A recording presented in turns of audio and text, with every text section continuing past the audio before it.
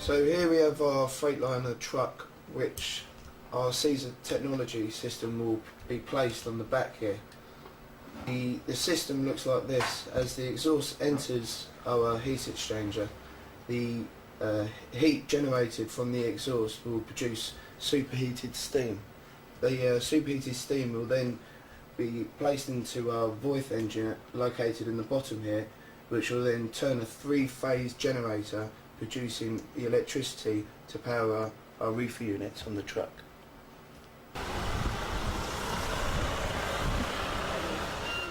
Mike, why do you call this truck inefficient? This truck is inefficient because the calorific value of the fuel, 27% drives the truck, 33% is lost in the cooling of the truck, 4% is lost in the friction of driving the truck, and 36% is lost in the exhaust system and thrown into the atmosphere. Mike, how much diesel can your system save a truck operator? Our system will save the truck operator 80% of his fuel costs for running a refrigeration unit on the back end of this truck. Behind me you can see the unit that we have developed, which integrates with the exhaust system.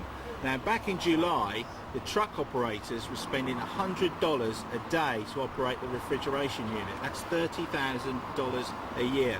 So our system will save the truck operator $25,000 a year. Also, our system will then start to take the parasitic units off of the main prime mover of the truck, typically the alternator that takes 2 kilowatts. You can immediately reduce that down to 0 because we don't need it. We can run it from our system. And what do you do if the truck is not moving and the refrigerating unit has to keep on working? Yes, well, there's two things there. One, you can be driving down the motorway where you've got too much power. And the other thing is that you're moving through slow traffic where you haven't got enough power. So within our system we have a burner that will supplement the energy within the unit when it is moving through traffic, or when it stops at the side of the road and the guy's sleeping at night, we can use the burner. Now, the burner is producing a flame at a much higher temperature than the engine itself, so it's more efficient way of using the fuel. What do you usually work?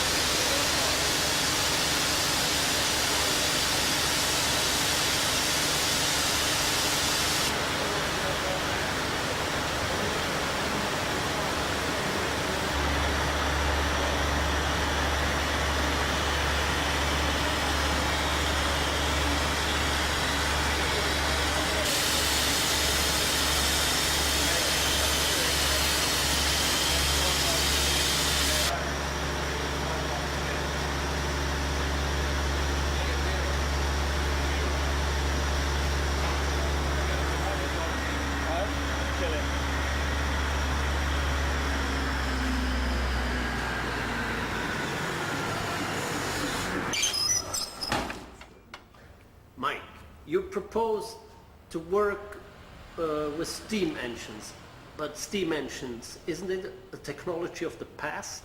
No, currently every piece of light that you see is generated by a nuclear power station, so steam is part of our modern day world.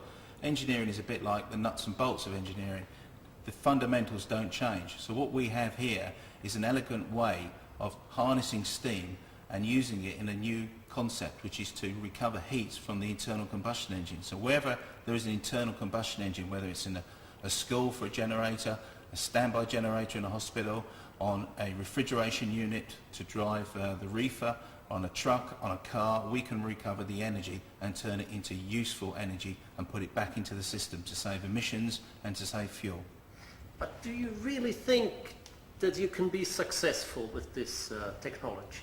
Yes, I do, because the It is technology. It's not a product. It's a technology, and it's a bit like when Henry Ford first invented the Model T. You look at a modern day car, say a BMW. The technology has moved on so much.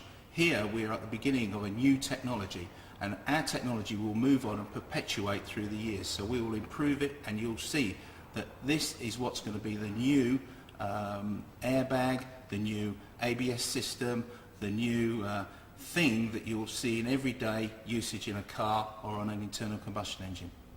Mike, where else than in a lorry do you see applications for steam engines? We see the applications in automotive vehicles, we see them in cars, we see them in trucks, and we see in landfill sites. So we will be able to give the guy who's running a generator set from the methane gas on a landfill site back another 12% energy from the exhaust system. Mr. Mitta, why do you work with the technology of the past? Although steam is a technology of the past, when you look around other technologies and knowing how fuel inefficient these technologies are, steam makes a lot of sense because it provides tremendous fuel efficiency and low emissions. And what's the market potential? In the United States, refrigeration engines is about 8.5 million.